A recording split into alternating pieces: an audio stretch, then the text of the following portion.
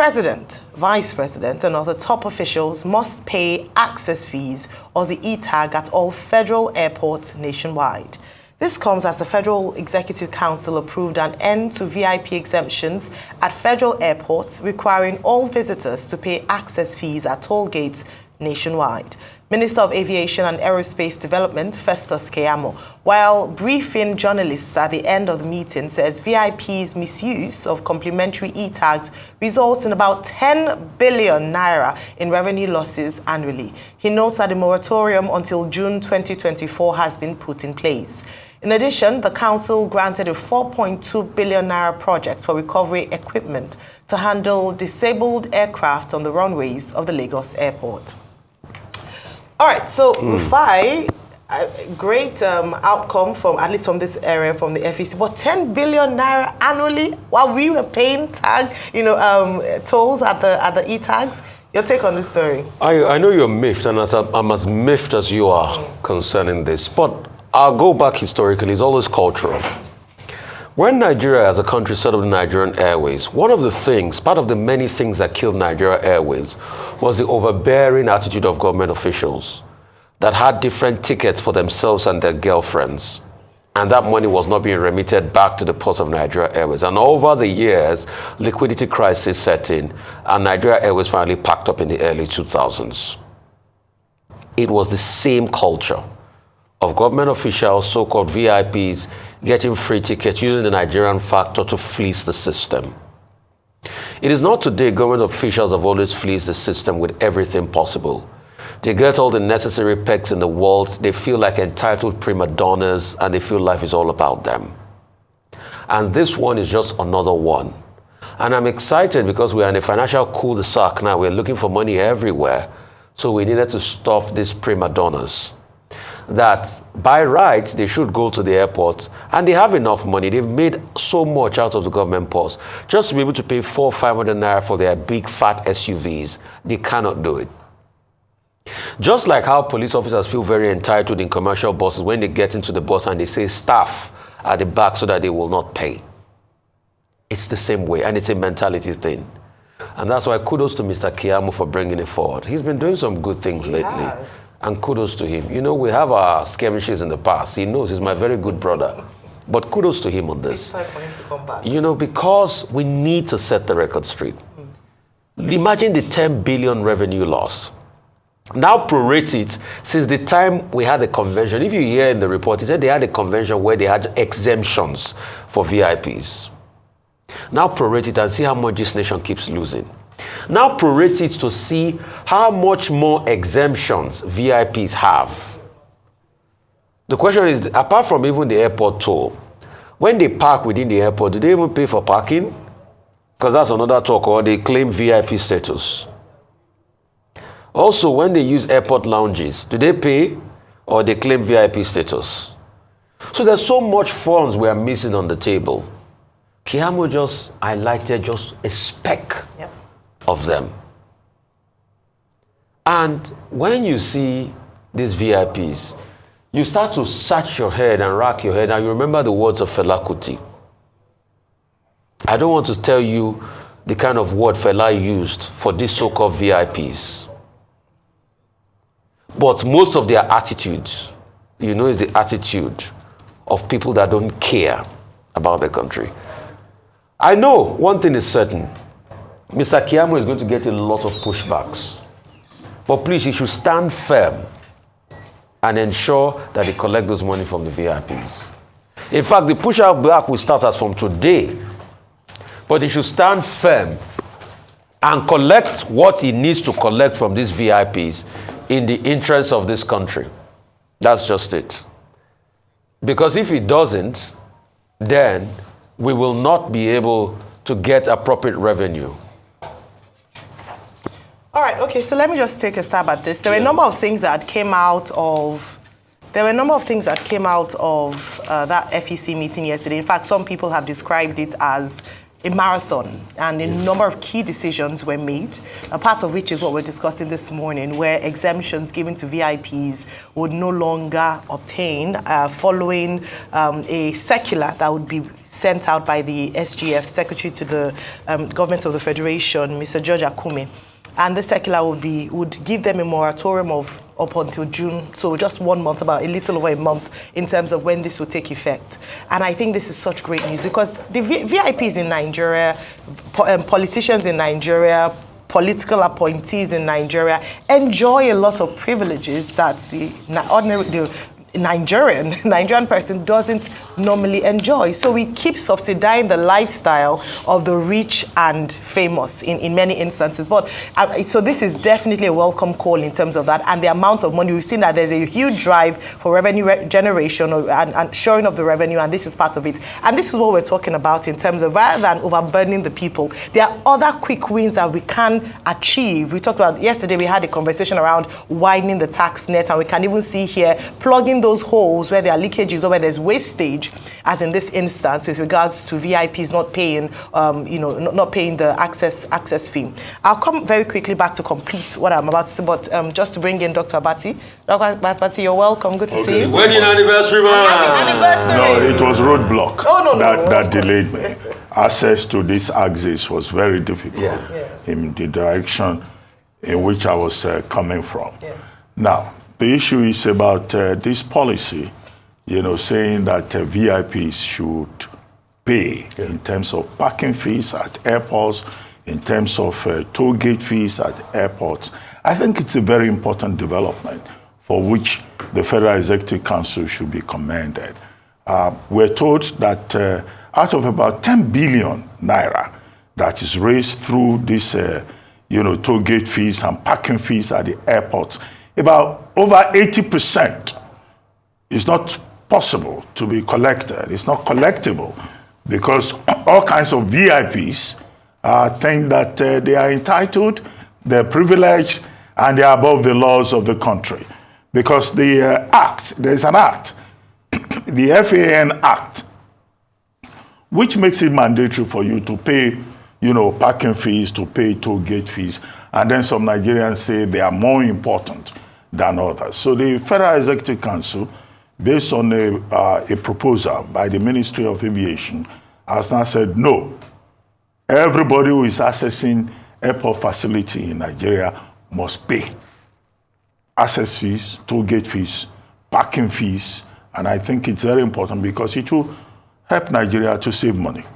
Out of that 10 billion annually, maybe we'll be able to get a substantial part of it.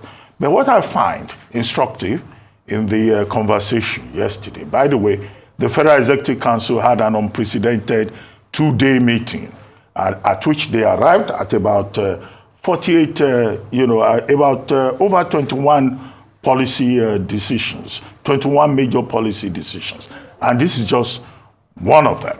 Now, when the matter came up for discussion, there were some people who said, oh, the president and the vice president should be exempted. And I think the president did well, leading by example, by saying no, even the president and the vice president should not enjoy any exemption. And that he and his team, anytime they go near the airport, they must pay access fees, parking fees, and all of that. I think that this is a very good example of the president leading by example. Now, in the aviation sector, one of the other things that came up yesterday was the purchase approval for the purchase of aircraft recovery equipment, which we're told, when there are issues with parking, then of course, that aircraft recovery equipment would help. I said there were 21 major policy decisions. Part of the policy is to introduce what Minister of Information Mohammed Idris refers to as a 48-hour visa policy. And he made a point that this is to facilitate the ease of doing business, that there have been difficulties in terms of efficiency in making visas available for categories of tourists and investors, and that they're going to pay attention to this. It's not a new policy. I mean, it was introduced during the Jonathan administration.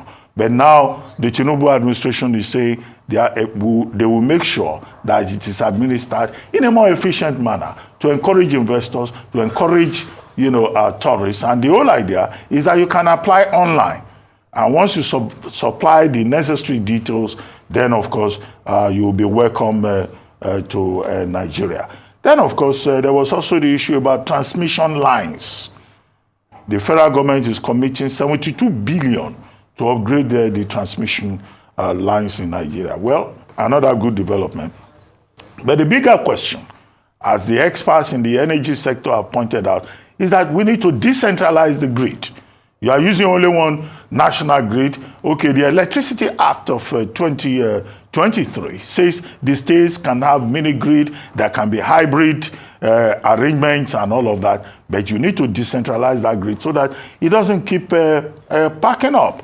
They want to buy transformers, they want to buy reactors. We will see the evidence of that when we have better electricity supply, particularly for the Band A customers who are short-served, who are told that they will pay more and they will get 20 hours and they don't get the 20 hours. 9 billion naira, was approved for categories of, contracts at many levels. But as they say, the taste of the pudding is in the eating. These are policy initiatives, 21 of them. But the thing about policy is about how you monitor it, how you evaluate it, how you implement it, and the impact in terms of result that those policies have. So it's not enough to just announce policies. We will see the test in the implementation and the impact. All right, brilliant. We'll move on to other news at this moment. As the federal government asserts its right of way for the ambitious Lagos to Calabar Coastal Highway project, numerous beachfront businesses find themselves on the brink of demolition, with some already having faced the wrecking ball. In this report, Arise environmental correspondent Leila Johnson-Salami highlights several of these establishments and examines the impact of the construction of this 700-kilometer road on them. In 2023, tourism played a significant role, contributing 9.1% to global GDP, as reported by the World Travel and Tourism Council. This sector also created 27 million new jobs worldwide. Presently, in Lagos, beach tourism has become ingrained in the state's identity, with numerous resorts adorning the coastline. However, with the federal government now asserting its right-of-way for the construction of the Lagos to Calabar Coastal Highway, many of these beachfront establishments have either been demolished or are slated for demolition. It's crucial to highlight that by law, the federal government has ownership and control over the land extending 250 meters from the coastline. Initially not on the demolition schedule, the Good Beach, a renowned beach establishment, received unexpected news during the second stakeholders meeting hosted by the Federal Ministry of Works at the beginning of May. We did know before we established the business here that there was a coastal road alignment going to pass through, but what we had initially envisioned was that it would just go through our car park and maybe affect the beach house, which is Mera. So we already had that in vision, in retrospect, right? But now we have two roads, one through the car park and the other one is cutting across directly through the pool area, which is literally the heart of our business at the Good Beach. Good Beach is barely 2 years in business. We literally turned 2 years last month. So we didn't know it would be this soon. Looking at this investment, it cost about 6 billion naira plus, to put this together, and all of that is going down. Directly, we have about 260 staff, and we have 280 indirect staff. And of these 260 staff, we have about 70% of them who depend on us for their basic needs, so accommodation, feeding, healthcare, and literally all of that.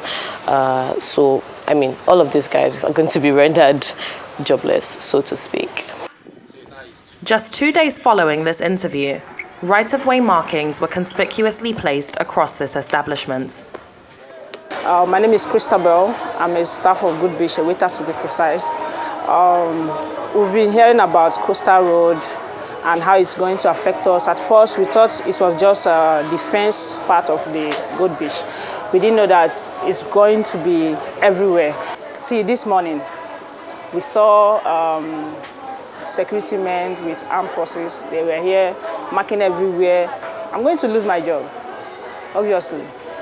I feel so sad, and I'm not happy, because this is going to affect me, and not only me, my other colleagues as well.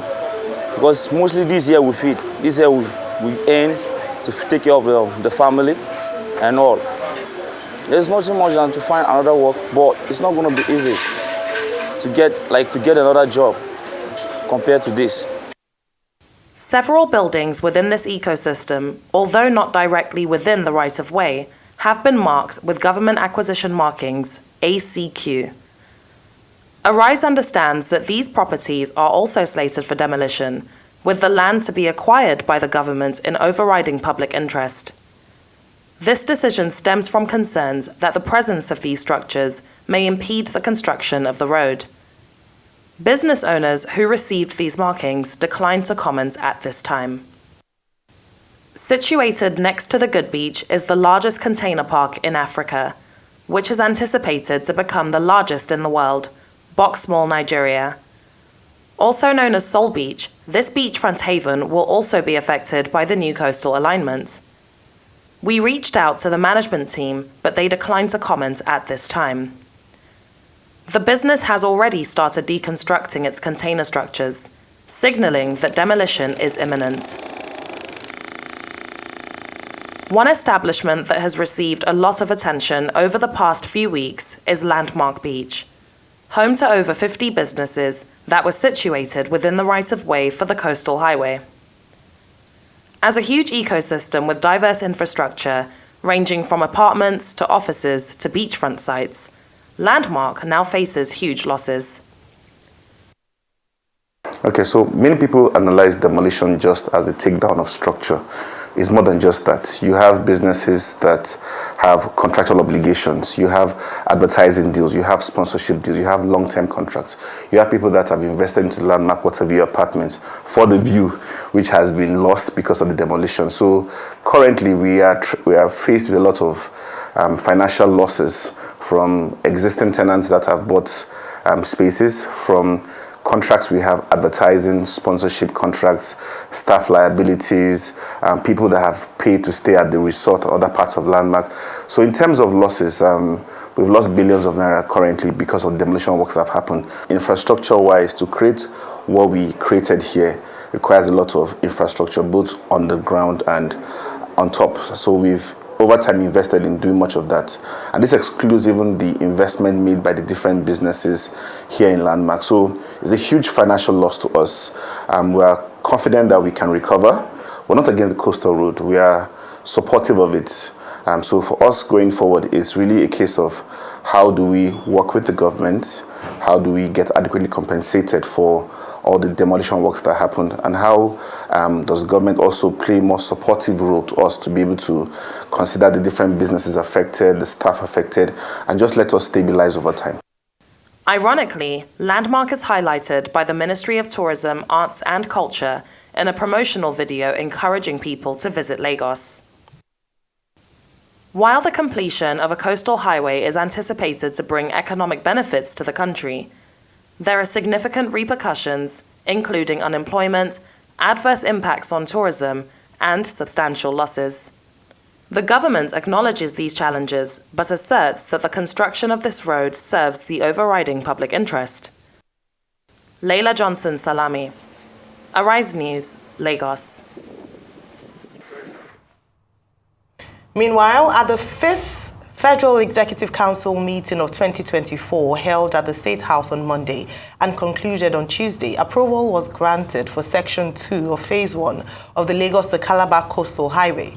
Although few details were shared about this second phase, Minister of Works David Umahi affirmed that the federal government is adhering to due process. Arise Environment correspondent Leila Johnson Salami provides further details. At the 5th Federal Executive Council meeting of 2024, Section 2 of Phase 1 of the Lagos to Calabar Coastal Highway was greenlit. Federal Minister of Works David Umahi used the opportunity to give further information on approvals for this project. FEC also awarded Section 2 of Phase 1 of the Lagos-Calabar Coastal Highway. Let me just throw a little light on this project, against what anybody might be saying. First and foremost is that ESIA was obtained by Ministry of Works from the Ministry of Environment, 23rd of December 2023. That's the first approval. And second approval came in March 28, and further renewed in April 24th, all this year. And so the ESIA is a continuous process. The final certificate is given when the job is totally done or about to be concluded. Of significance is Arise's formal request for a copy of the EIA approval for Phase 1 made at the onset of May 2024. Regrettably, the Ministry of Environment has yet to respond, despite the EIA Act of 1992 stating that the public shall have the opportunity to comment on the environmental impact assessment for a project before a decision is given. Environmental activist Nemo Bassi comments on transparency regarding the new coastal highway. We don't even know where this EIA is, the draft submission is. It's a very shocking process, and it leaves a lot to be desired. And we should also note that the EIA process is not a one-off project. Even if you get the certificate of approval today, and you're going to carry a project that will last for 6 years, 7 years, 8 years, 10 years before you complete it, if there are changes along the way, you have to review that EIA and get a new approval. If you spend too much time and a time 5 years elapsed, for example, you have to review that EIA. So the EIA is going to be a living document because the whole idea is to ensure that actions taken in the environment does not irreversibly harm the ecosystems in a way that could not be mitigated. There has to be full-scale consultation, full-scale information sharing. And the unfortunate thing is that even the Act itself does not specify exactly how this consultation should be carried out. Regarding the procurement process, the Minister of Works outlined 3 approaches that can be followed. And the procurement also followed the procurement process. There are 3 kinds of procurement. There is the one you do competitive bidding by advertising. There is one you appeal to BPP and do what is called selective bidding. And then you list the number of contractors that you want to bid. And there is one you do what is called restrictive bidding. And that's what FEC approved first before the procurement started. In accordance with Section 38, subsections 1 and 2 of the Public Procurement Act 2007, Arise submitted an official request to the Bureau of Public Procurement on May 6, 2024, seeking a copy of the procurement proceedings report for the Lagos to Calabar Coastal Highway. As of now, we have yet to receive a response. This report is pivotal, as it should furnish the public with comprehensive information regarding the process through which the contract for the coastal road was awarded to High-Tech Construction. There are now well-defined practice and procedures that government and government institutions must follow in awarding contracts to external suppliers or contractors under any guise. The provision of Section 24 sub 1 of the Act is very sacrosanct, which I consider to be a level playing field provision. So, save as provided under that provision, all government projects must go through open competitive bidding. In other words, you can only, in exceptional circumstances as provided for under the Act, to award a contract without going through open competitive bidding. Under the Public Procurement Act, specifically the provisions of Section 42 of the Act, the government can engage any contractor through direct procurement. In other words, they can reach out to any contractor and request that the contractor should come and execute a particular project for them. However, the terms and conditions as stipulated under Section 42 must apply. For instance, a procuring entity may carry out any emergency procurement where the goods, works, or services are only available from a particular supplier or contractor, or if a particular supplier or contractor has exclusive rights in respect of the goods, works, or services, and no reasonable alternative or substitute exist. While some details were disclosed during the recent Federal Executive Council meeting, the absence of comprehensive public information underscores legitimate concerns regarding the adherence to due process for this project. It is imperative to uphold transparency and accountability as mandated by law by ensuring that documents such as approved EIAs and procurement proceedings reports are accessible to the public. Leila Johnson Salami, Arise News. Thank you very much, Leila, for that excellent report. Anyway, you know, I just quickly need to make this point. I'm wearing red. We are still celebrating Dr. Bati's love day today and his anniversary. We're waiting for application. But I just have to say this. Based on that report, I think early in May, the route was rerouted. That's why it now affects the likes of Good Beach. For every rerouting, you need to be able to show us an EIA for every tampering with the initial design you did. Where is that EIA, the minister? We'd like to ask him that question. Also, the Ministry of Environment. Also, when you look at it critically about this question about EIA and all of that, was the EIA factored in? Was the research done as regards underground telecoms cables? Yeah. Because if the EIA was done and that was factored in, the likes of MTN will not be complaining that some of their cables are also there. Because these are the reasons why we call for EIA, but we need to go this way. Brilliant. Dr. Bata, did you want to say something? Well, just to say that the point made by Nemo Bassi is valid, that EIA is not a one-off exercise. You have to do it consistently because the interest of the communities along the line is also important. However, the preliminary approval that the minister says has been secured is also important to note that. As for the affected businesses, I've made the point that it's part of the responsibility to act in public interest. And when government acts in public interest, persons may be affected. The federal government is saying, this is right of way. This is our line of possession in terms of the coastal highway. But the same government has gone ahead to pay compensation. 10 businesses already have received 27.2 billion, according to Senator David Umahi. And also, he has given the commitment that more persons that are affected along that route would be compensated. It seems to me that the Lagos-Calabar Highway is already a done deal. They have now moved from the chainage 1 to 3 to phase 2. They are talking about the phase 2 of it.